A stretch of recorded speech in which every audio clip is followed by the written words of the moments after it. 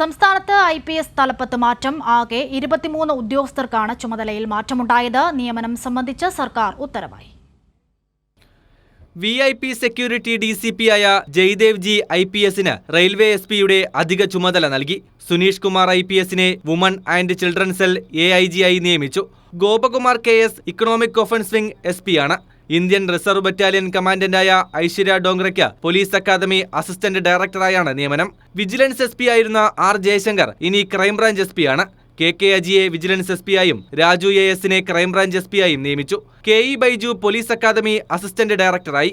Rapid response and rescue force commandant ആയിരുന്നു ബൈജു. ഇനി Bharash T ആണ് റാപ്പിഡ് റെസ്പോൺസ് ആൻഡ് റെസ്ക്യൂ ഫോഴ്സിന്റെ commandant. BV Vijayabharat Reddy telecom SP ആയും Taposh Basumatari special operations group SP യുമായി.